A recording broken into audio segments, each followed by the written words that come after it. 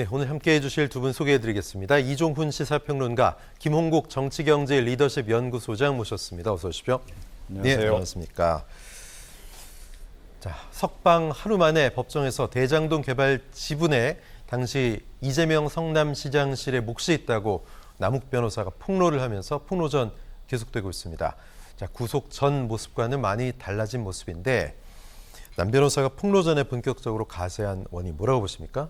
그러니까 뭐 간단히 이야기하면 이제 자기 살 길 찾는 거죠.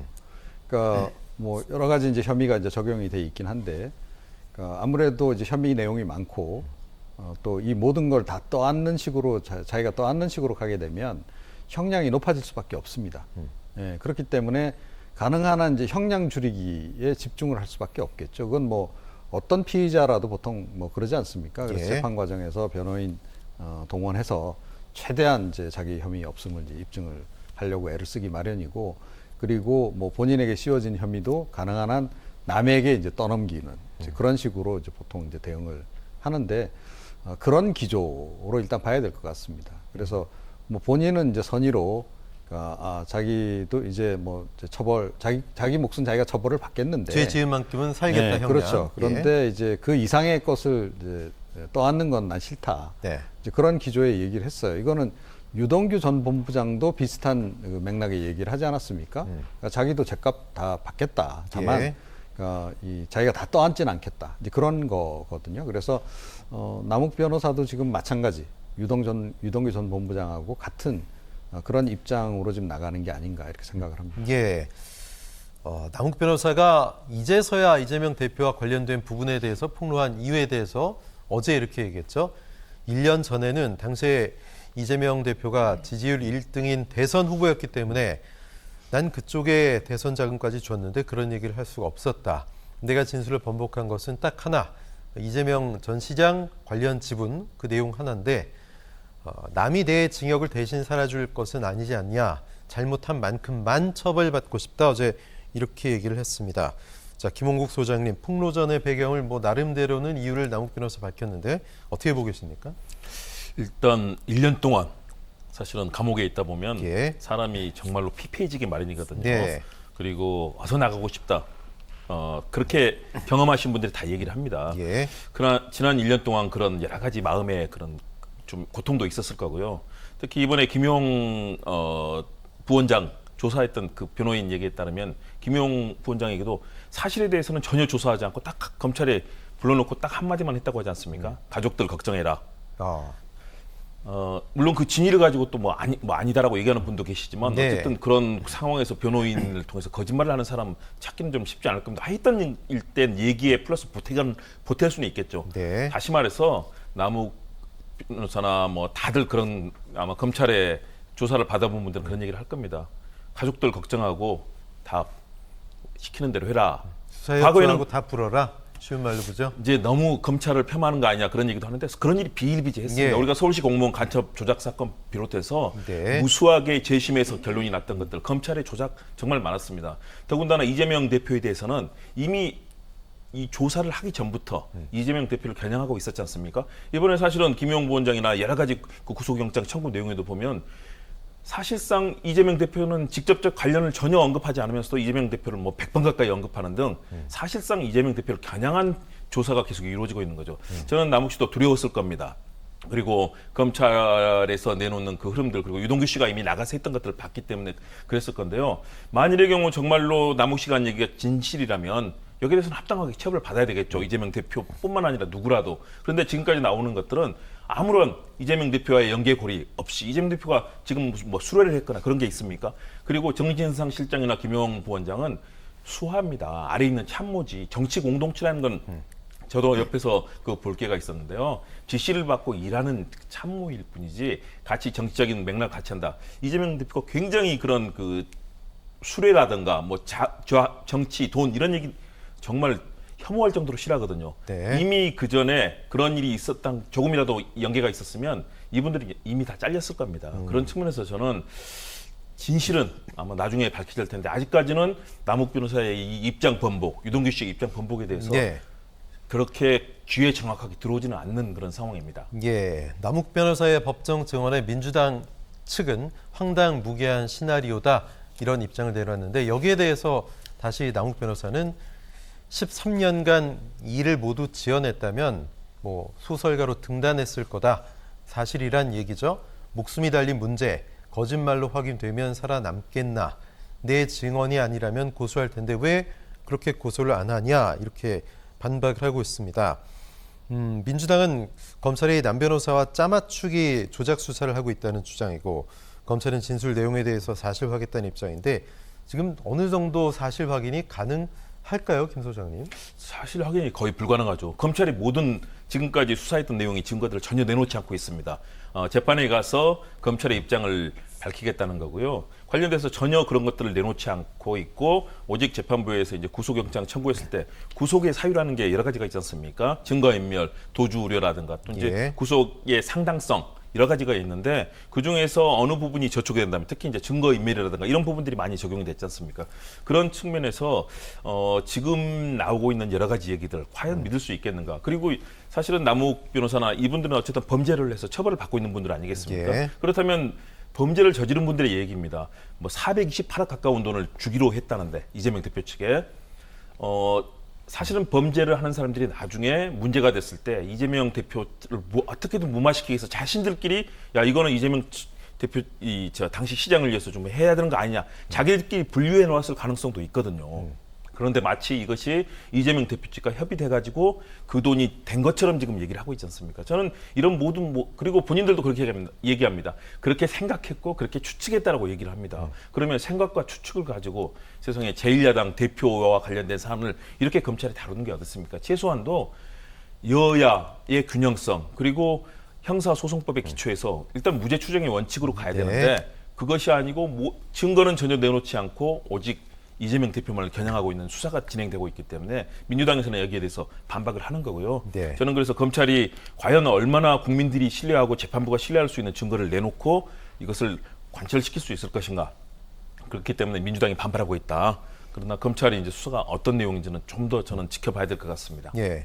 그동안 민주당이나 이재명 대표 측은 작년에 남욱 변호사의 발언에 주목하고 있습니다. 언론과 인터뷰에서 이재명 대표는 로비가 속된 말로 씨알도 안 먹히는 사람이다라고 말한 내용을 증거로 여러 번 얘기하고 있는데요.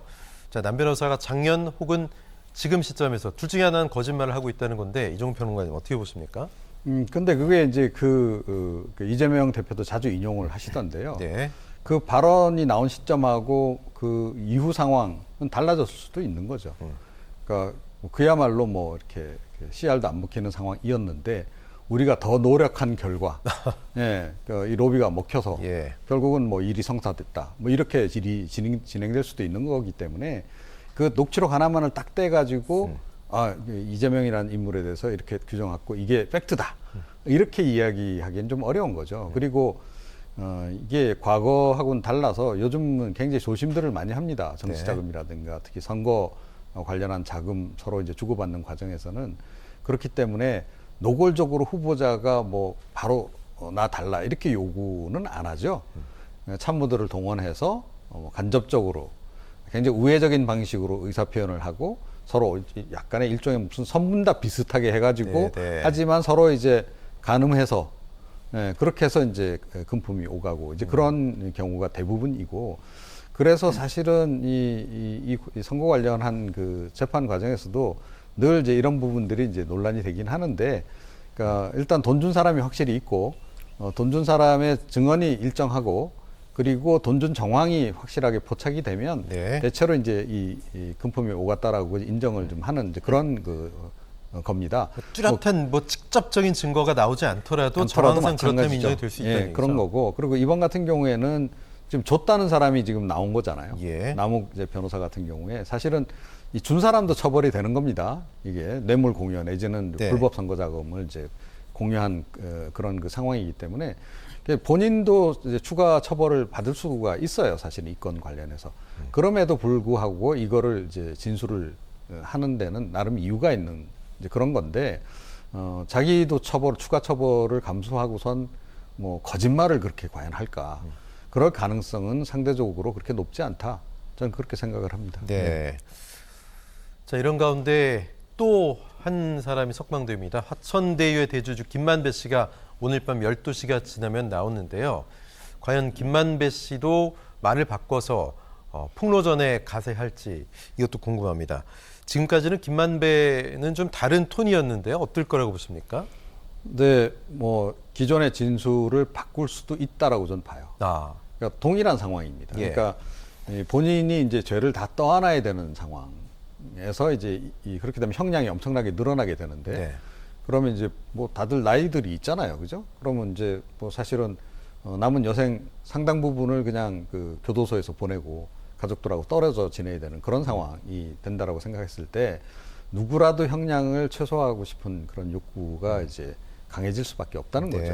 그런 상황이 되면 이건 내가 다 떠안기 어렵다.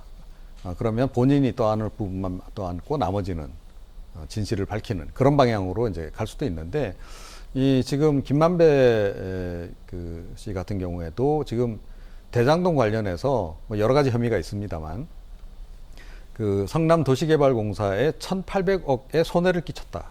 이런 내용이 있거든요. 1,800억을 손해 끼친 거하고 1,000억 손해 끼친 거, 500억 손해 끼친 거하는 이게 다릅니다. 형량이 달라질 수밖에 없지 네. 않겠어요, 당연히. 자, 이제 그런 상황이기 때문에 뭐 천화동인 1호가 다 내 거다. 이러면 이제 자기가 그거 다 떠안아야 되는 거고요. 예. 그렇지 않고 내 지분 말고 다른 사람 지분도 있다.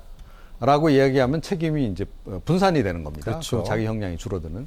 이제 그런 그 상황이에요. 사실은 김만배 씨도. 그래서 이분 경우에도 이제 뭐 그야말로 진실 폭로에 가세할 수도 있는 그런 그 상황이 아닌가 이렇게 생각을 합니다. 네. 남욱 변호사는 이 대장동 사업의 주도자는 회장님 김만배라고 지목하기도 했는데, 자, 김만배 씨도 지금 뭐 이종훈 평론가 이야기처럼 본인한테 좀 최대한 유리한 쪽으로 형량을 줄이기 위해서 진술 기조를 바꿀 수 있을까요? 충분히 뭐 그럴 가능성은 우리가 예견할 수 있습니다. 누구나 다 사실은 교도소에서 오랫동안 있는 거 원하지 그렇죠. 않는 거죠. 예. 더군다나 윤석열 정부가 앞으로 4년 반이 남았습니다. 그렇다면 검사가 주도하는 나라가 앞으로 4년 반이 다 갈 텐데 만약에 계속해서 그런 압박이 들어온다면 굉장히 어려운 시간을 보내야 된다는 그런 판단을 할 수도 있거든요. 저는 김만배 씨가 이제 법조 출입 기자를 오래 했고 경제 쪽의 언론에서 오래 있었습니다. 그래서 굉장히 이지에도 밝고 법 절차에도 굉장히 밝은 더구나 경영을 해서 또 천문학적인 수익을 올리지 않았습니까? 그럴 정도로 이해관계라든가 타산에는 굉장히 밝은 분이다. 그런데 다른 분들 남욱 씨라든가 이런 유동규 씨나 이에 비해서는 저는 상당히 급은 좀 높은 것 같아요. 말이 그동안 했던 발언들을 보면 굉장히 신중하게 하거든요.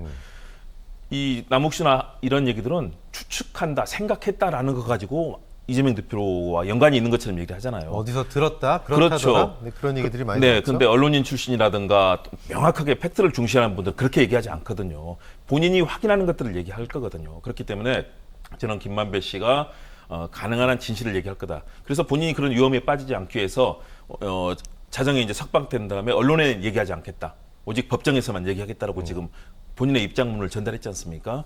그래서 여러 가지 구설과 추측 그리고 여기에 빠지지 않기 위해서 할 텐데요. 자신에게 유리한 입장을 내놓으면서도 그러나 팩트에 근거해서 좀 진실에 가까운 얘기를 할 수도 있지 않을까. 그것이 어느 쪽에 불리하거나 유리하거나 이런 걸 아마 그렇게 김만배 씨는 많이 따지지 않을 것 같아요.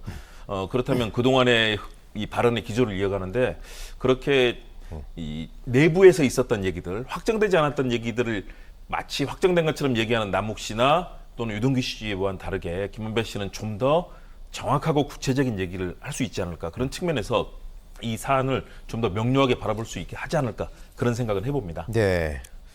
어제 검찰이 경기도청에 수사관들을 보냈죠. 정진상 민주당 정무조정실장의 과거 이메일 기록을 압수수색을 했습니다. 도청 직원들과 나눴다는 건데 정 실장 구속이 적법한지 다시 판단해달라면서 구속 적부심을 청구했습니다.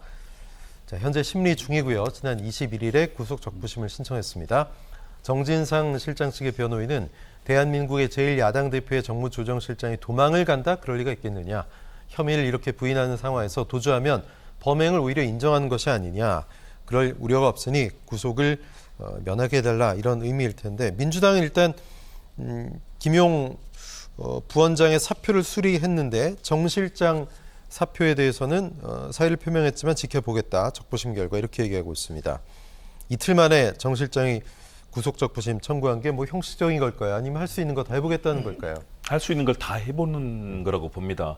왜냐하면 이 김용 부원장과 정 실장의 영장을 발부한 판사가 같은 판사거든요. 네. 그렇기 때문에 이 판사의 주관적인 개입들이 여기에 여러 가지가 작용을 하면서 두 사람에 대해서 영장이 발부된 것인가. 왜냐하면 구속의 상당성이라든가 여러 가지 영장을 발부하는 요건에 과연 합당하겠나. 민주당에서는 아니라고 주장하고 있지 않습니까? 그렇다면 다른 판사의 판단도 한번 받아볼 필요가 있다. 그래서 법조계에서 과연 이 사안을 어떻게 보고 있는 건가 이런 것도 판단을 해보는 거고요. 그리고 충분히 내부에서는 구속적부심에서 석방이 될 수도 있지 않나 이런 판단 판사에 따라서는 또 그런 판단을 하는 판사가 있을 수 있기 때문에 거기에 대해서도 기대를 하는 것 같고요. 그리고 국민들께 또 보내는 메시지도 있는 거죠. 억울하다. 이렇게 구속영장이 발부된 것에 대해서 다들 마치 구속영장 발부가 혐의가 인정된 것처럼 지금 여권에서는 국민의힘 비롯해서 다 얘기하고 있지 않습니까? 예. 그렇기 때문에 그렇지 않다, 억울한 것이다. 그리고 그런 일은 발생하지 않았다는 것들을 국민에게 보여주기 위해서 다양한 그런 얘기를 하는 건데요. 우리 재판부가 그동안 보여줬던 때에 따라서는 정권에 휘둘리는 것도 있지만 또 올바르게 상황 판단을 해서 뭐 정권의 권력에 좌우되지 않는 그런 판사들의 올곧은 모습도 있었지 않습니까? 어떤 것이 이제 올곧은 것인지는 우리가 봐야 될 텐데 예. 과연 오늘 어떤 구속적부심에 대한 결정을 내릴지 이거는 저희가 또 법조계 판단을 끝까지 또 지켜봐야 되지 않을까 네, 생각합니다. 어떤 결과가 나올지는 봐야 되겠고요. 검찰은 대장동 사건과 관련해서 이재명 대표의 수사 필요성을 처음 언급을 했습니다. 정 실장 혐의에 대한 이 대표의 관련성을 조사한다는 의미라면서 직접 조사 필요가 있다는 뜻은 아니다라고 얘기했지만 사실상 검찰의 칼끝이 이재명 대표를 직접 겨누는 것, 수사를 직접 하는 것 불가피하다 이렇게 보는 관측들이 있는데요. 이종훈 평론가 어떻게 보십니까? 그러니까 결국 이제 그렇게 가는 과정이다라고 저는 예. 생각해요. 그러니까 정진상 실장 관련해서 압수수색 그 영장 내용에 이재명 대표 뭐 이름이 102번 이제 거명이 됐다. 네. 뭐 이런 이제 보도도 있지 않았습니까? 그뿐만 아니고 이제 정치 공동체라고 하는 표현도 썼단 말이에요. 그거는 이제 뭐 그 두 사람의 관계가 그 정도로 끈끈하다. 이런 얘기를 이제 이야기를 하는 거고 뒤집어서 이야기하면 이재명 대표가 모르는 상황에서 이런 일들이 벌어졌을 리는 없다. 그럴 수가 없다. 예, 그렇게 이제 기본적으로 이제 보고 있다라는 거를 드러내는 거라는 거죠. 그래서 지금 뭐 결국은 이제 김용 전 부원장이라든가 정진상 실장이 주요 혐의 내용에 대해서 과연 인정을 할지 안 할지 좀 더 지켜보긴 해야 됩니다. 검찰 수사 결과를 지켜보긴 해야 되는데 그 사람들이 이제 결국 본인들이 다 떠안고 이제 끝까지 가겠다라고 입을 꾹 닫는 거 닫을 것인가 말 예. 것인가 그거에 따라서 그리고 이제 그 사람들의 어떤 그 진술을 이제 끌어내기 위해서 정말로 구체적인 그런 어떤 증거 그야말로 이렇게 부인하기 어려운 그런 증거 그런 증거를 검찰이 얼마나 제시를 할 수 있겠는가 하는 그 부분에 결국은 이제 초점이 이제 모아져 있는 건데 어느 정도 혐의가 입증이 됐다라고 판단이 들면 검찰은 제가 보건대는 이재명 대표에 대한 소환 조사 뭐 곧바로 들어갈 가능성이 높지 않나 이렇게 생각합니다. 예.